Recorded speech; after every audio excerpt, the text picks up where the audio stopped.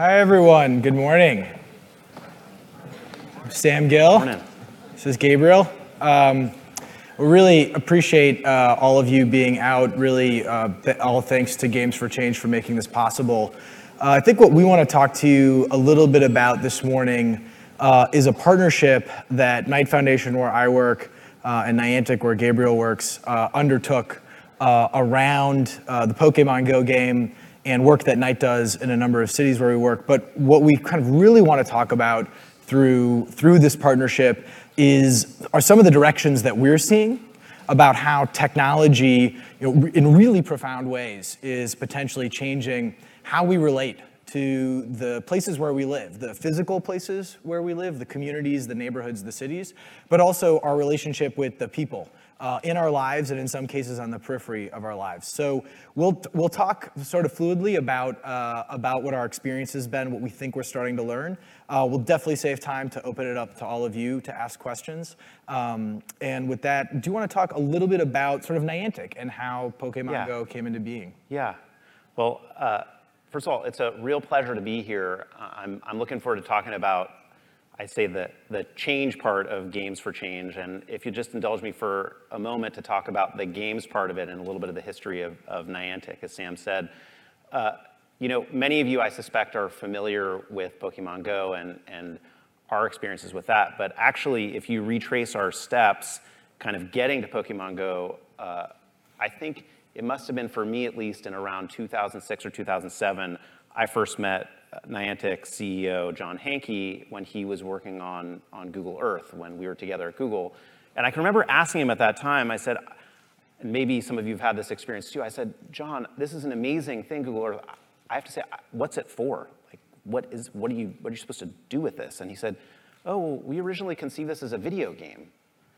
And I remember saying, well, what's the point of the game? And he said, well, you can go anywhere in the world.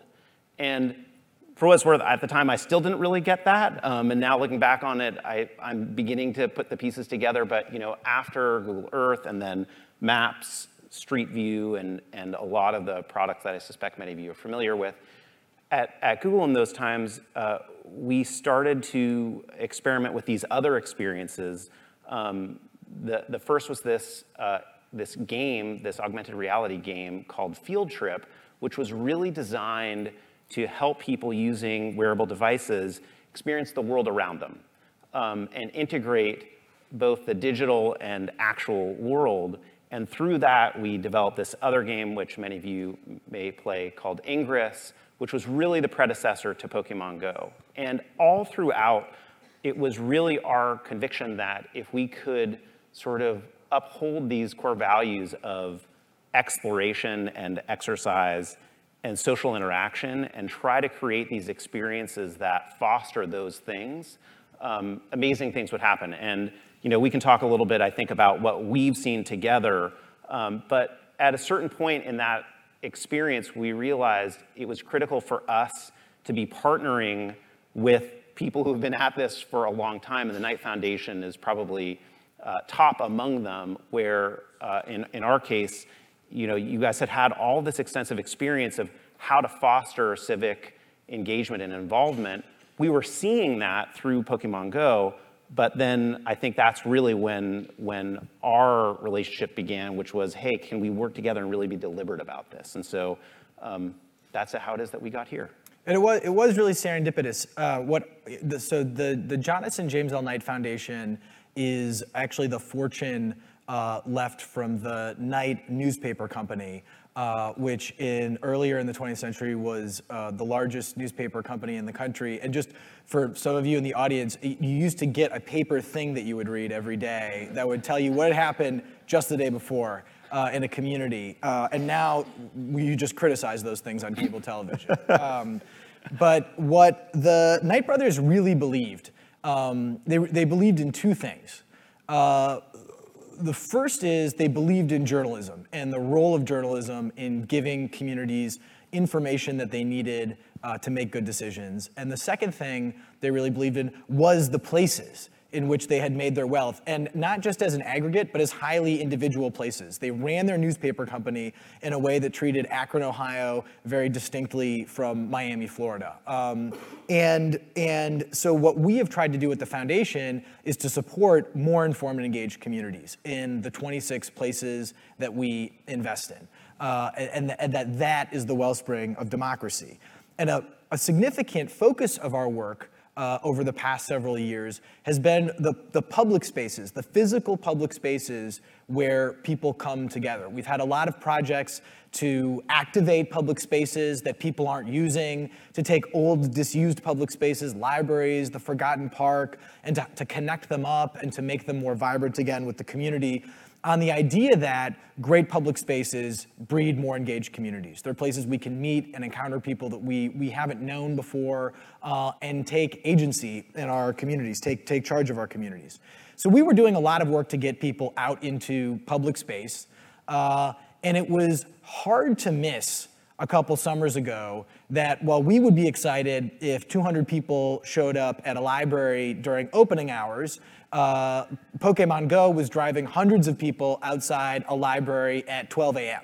And that this phenomenon was getting not only large numbers of people out in public playing, talking to each other, but many people that weren't partaking in that activity before.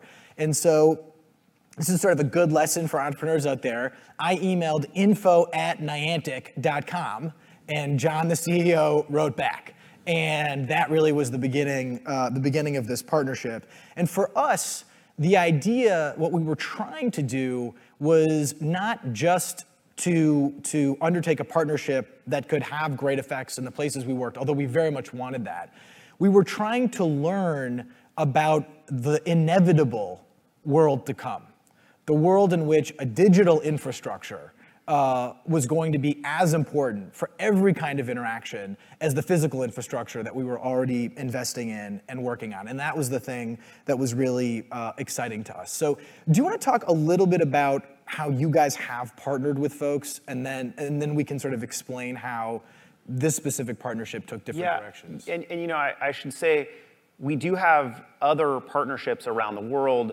For example, there's a nonprofit in the UK named Big Heritage, which has been focused for a long time on fostering appreciation of these heritage sites in the UK, or that people can go and explore. And then, similar to what Sam's describing, they saw, hey, wait a second, there are all these people spanning generations in front of these heritage sites. Are there ways that we could partner with them and actually deliberately foster gameplay around these sites? And now, fast forward, Big Heritage, for example, is leading these Pokemon tours of these heritage sites, again, to sort of nurture this appreciation of all these places around them.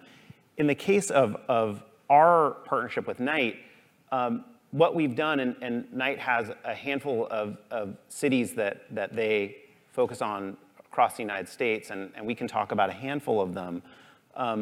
You know, our question was, if we focus some specific initiatives within these specific places, what kind of outcomes could we see? And just to talk about a couple of them, you know, in Akron, for example, part of what, when we talk to local officials, and as much as I love Akron and have been there, I'm not from there. And so Sam and his team have people who are there, who live and breathe these places and understand some of the dynamics. In that particular case of Akron, you have this interesting situation where you have a nearby university to a downtown, which a lot of the local officials and representatives felt like had been neglected, and people weren't engaging in the downtown, and it wasn't as vibrant as it could be. And so we engaged in this partnership, started this initiative there, and part of what we saw was we could encourage people to go and experience downtown and explore places that they hadn't been.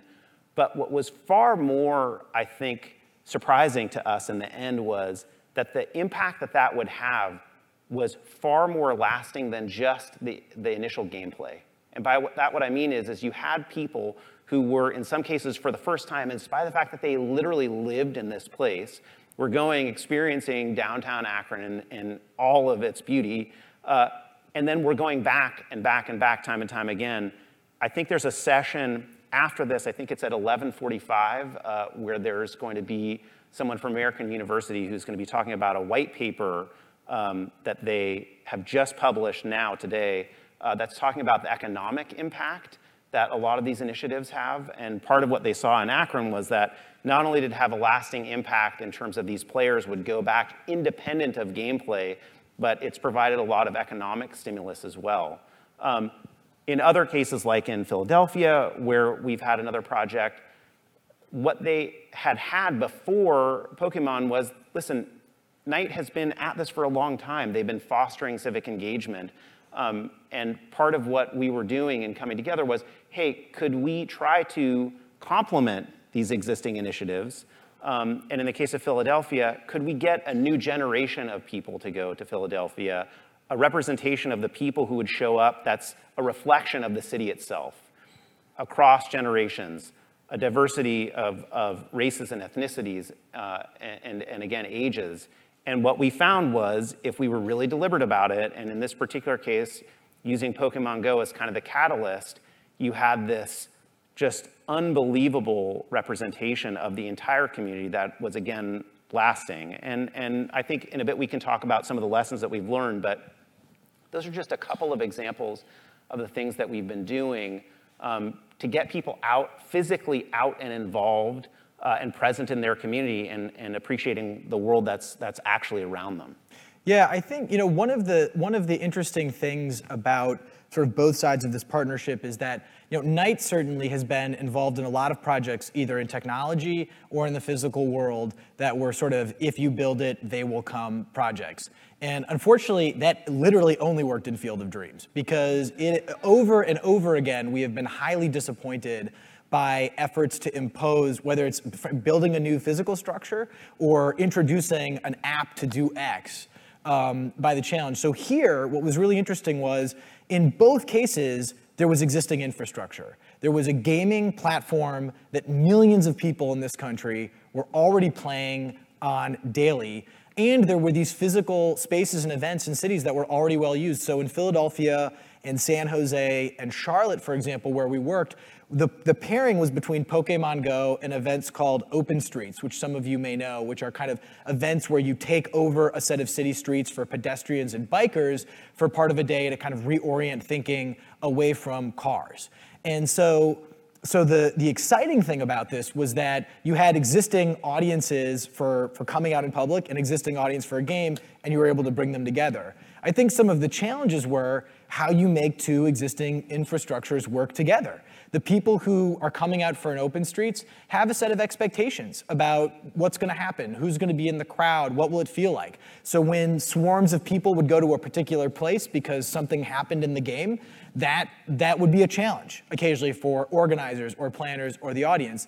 And similarly, gamers had a lot of expectations about what the gameplay experience would be like. And some of the things that that your team did to customize the game, so adding local information or adding prizes that you could get by going to certain locations, some of them were incredibly well received, others got mixed feedback. So one of the we thought this was one of the exciting things about this was learning how you bring these two worlds together. It was almost as if streets and cars were introduced into a city for the first time. You were dealing with a new, very fast-moving infrastructure that people were excited about. It was taking them places, moving them more quickly. It was an exciting new experience, and it was disruptive. And so, I think a couple of the things we learned were, first, the analog world still really matters. This is about people coming together, whether it's people playing the game or people in public spaces. So having our colleagues Knight has people who live in cities like San Jose, live in cities like Akron, live in cities like Charlotte,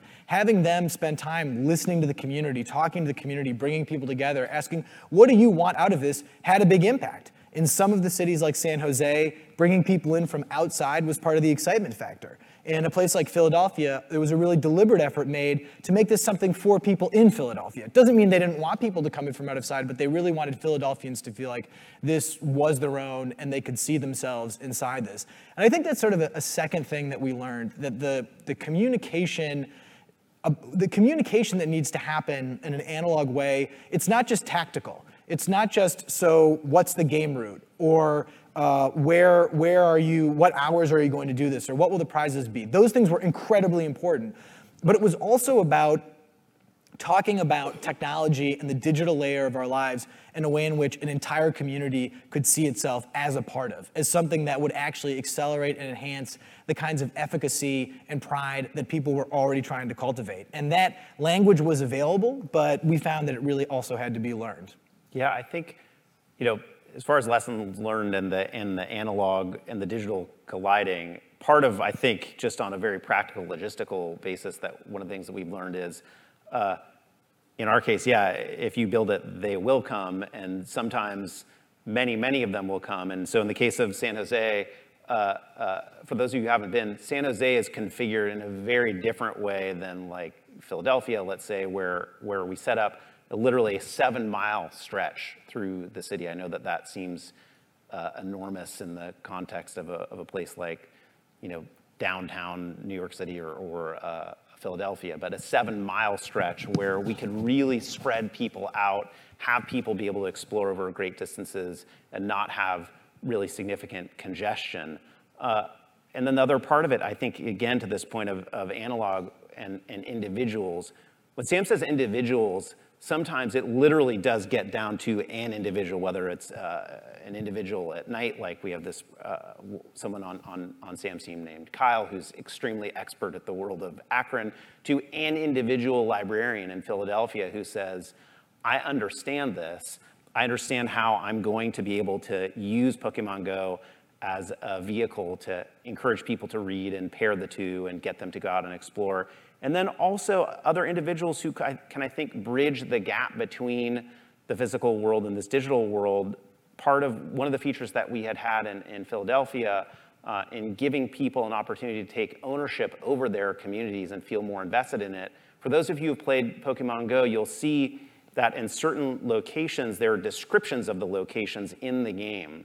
And part of what we did through Night was we made it possible for some of the players to be able to go to those locations and introduce language describing these amazing places in far greater detail than had been in our gameplay before, which was rather generic and pretty brief, and feel more invested, but it was also a greater reflection of them, their experience, and how they talk about the places that are literally near and dear to them. And so it has definitely been an ongoing journey, and we're still learning quite a bit. I think, and maybe we can each give sort of a couple reflections about the future and then want to open it up to hear questions from you also, so maybe start thinking about them. And just a quick thing about questions is they're sort of sentences that end in a question mark as you start to plan your questions. But because again, this is really about learning about the future of associational life for both of us, about things that bring people together. And so it's a few things that we've really been taking out of this at Knight Foundation about that. I think the first is that it was really clear to us in this experiment that technology can both be a tool to enable the forms of associational life that we know, getting together in place, walking in the streets, communicating, political activity, and it can be generative of new forms of associational life. And how do we be open to that? So walking around and looking at your phone and capturing virtual icons in a civic space, that's not another activity that happens in a civic space. That to us is a new form of associational life in a civic space. And I would say that any activity that gets a group of people to wear cool custom t-shirts they've built and drive from one state to another to hang out in public together is an activity that's breeding new forms of associational life. We didn't see this as gamifying public life. We saw this as the future of public life. I think a second thing that we really learned was how exciting it is to have folks within cities. In a lot of cases, it was folks who are working in City Hall or in parks departments. immediately master and marshal and create the new ways of using this technology as a civic technology. Some of the folks you'll hear on the panel, they were the ones who came up with the ideas of how do we build these routes? How do we talk to engineers about the kinds of things that we're trying to do? We have the civil servants today who can do this if they have the resources and the latitude to get these things done, in government and outside of government, I would say.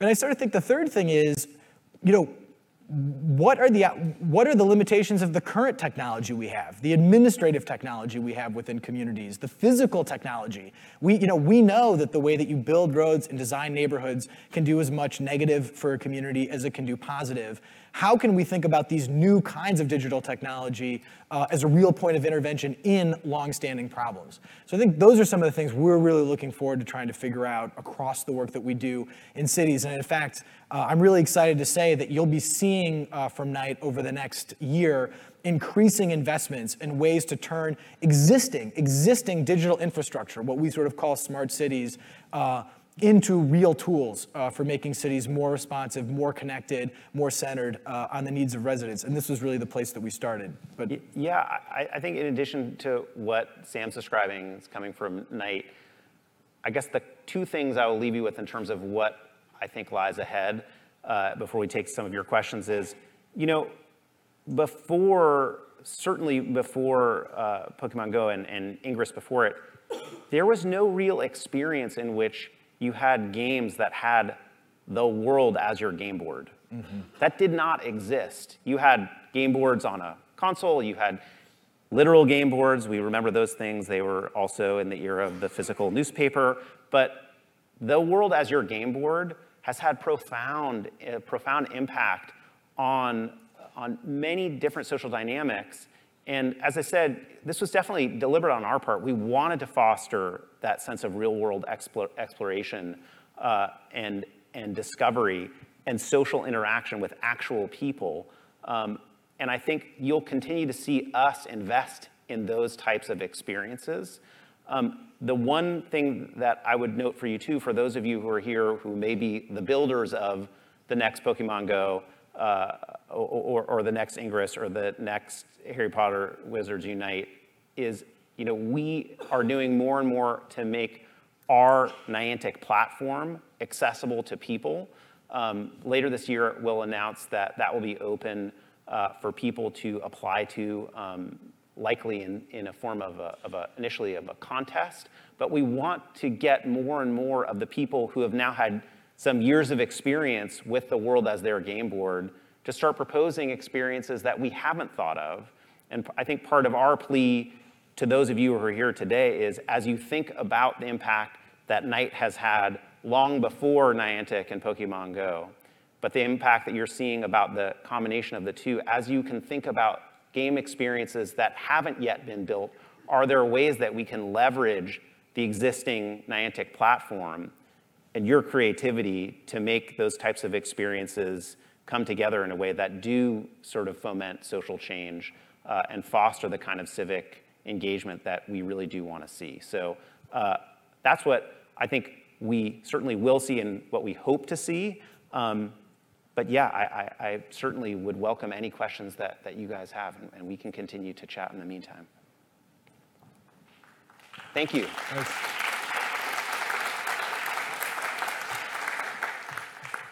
With regard to your looking at the future of how the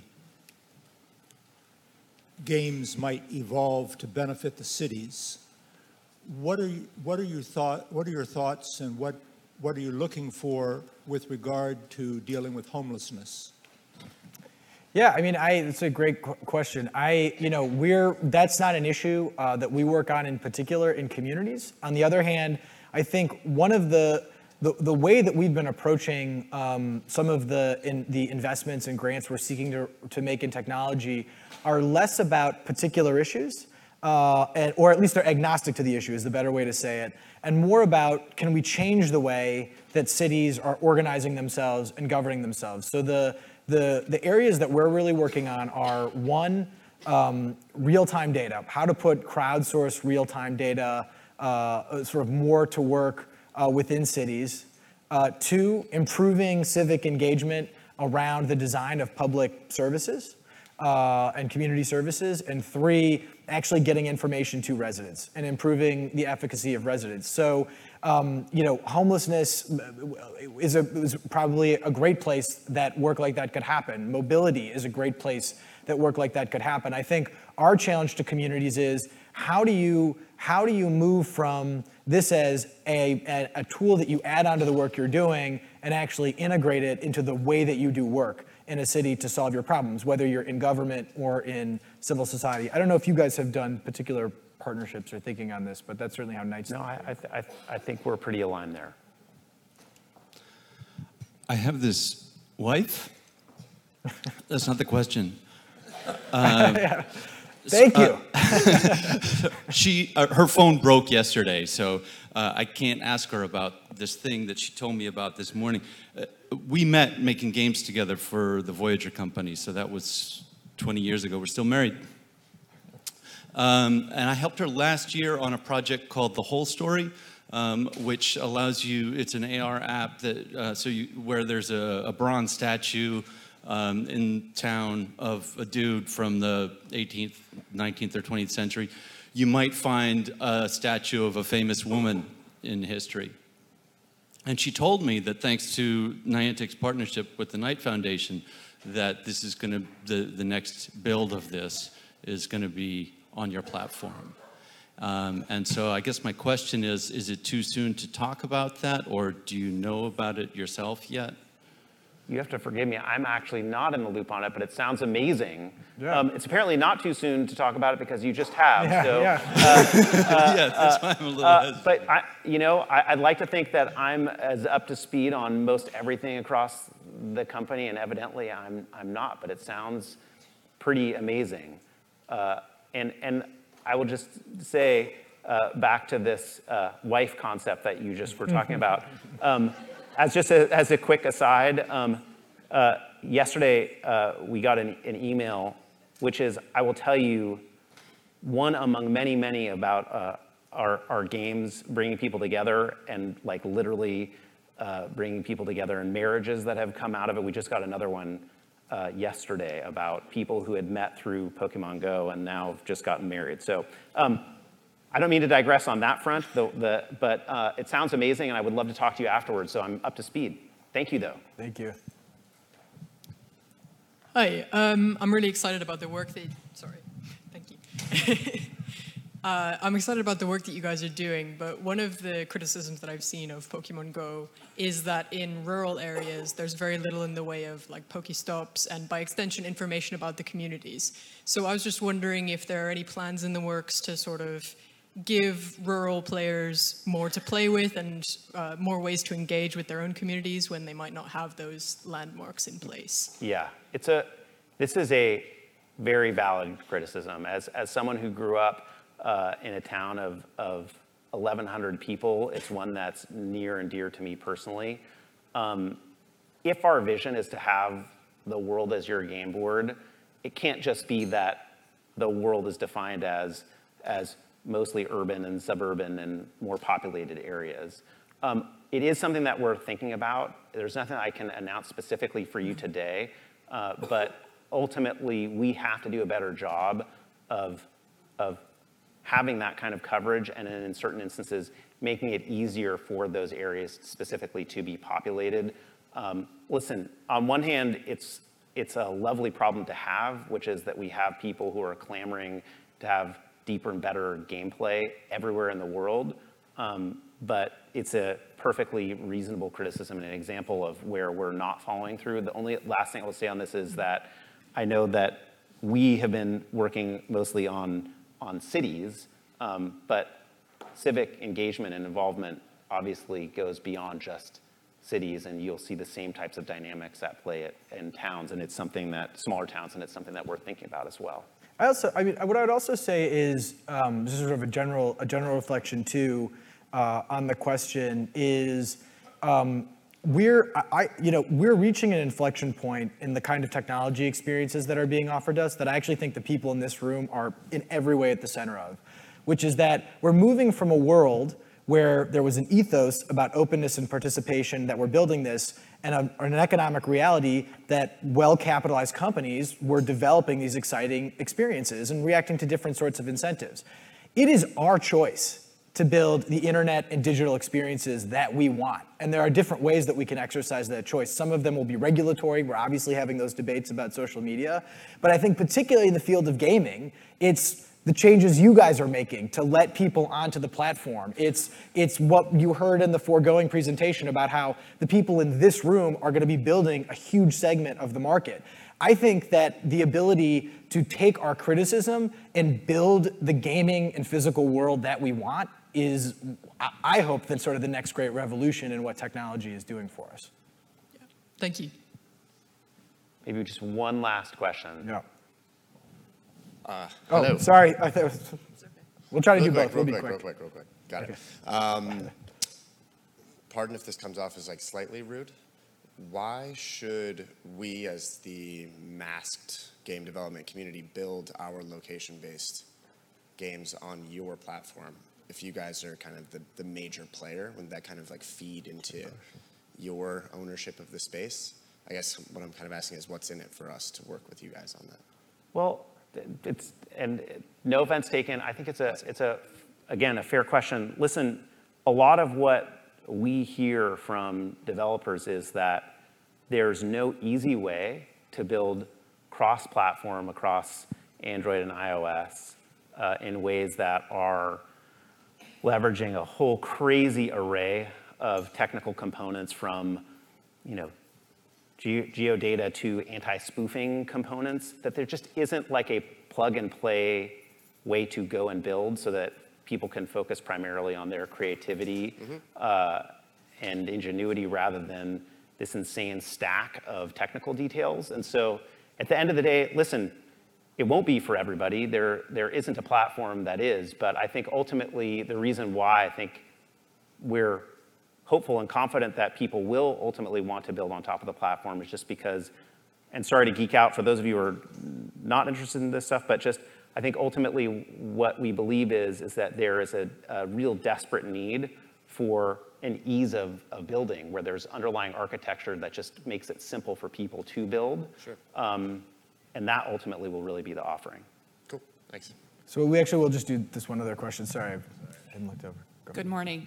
I'm a high school, middle school business and government teacher, and I really see an intersection. I've been reading a lot on nudge theory and about maybe getting voter registration and civic engagement in that regard, especially with youth and young adults that have not been participating as much, and maybe getting some use in a platform like this in order to do those kind of social engagement things.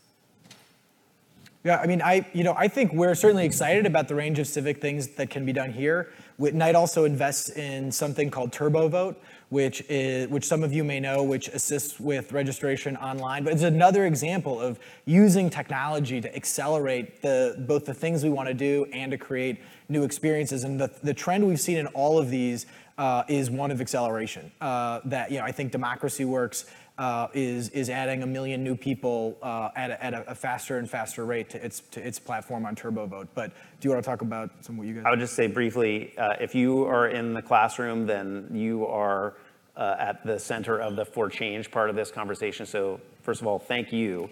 And then I will just say generally, anecdotally, one of the things that we do hear about from civic involvement and electoral participation is a lot of what there's just a fundamental challenge for people, which is awareness. And this is getting at your nudge theory. And one of the things that we've heard anecdotally is, as a small example, is I didn't know that I could register to vote in this place. I found myself at this library and there were signs there encouraging me to register to vote, or I didn't know this was a polling place. And so, and we've seen feedback from some of our players that this has been really encouraging for them, and it's something that we have talked about, and it's something I think that really should be on our plate to consider more deeply.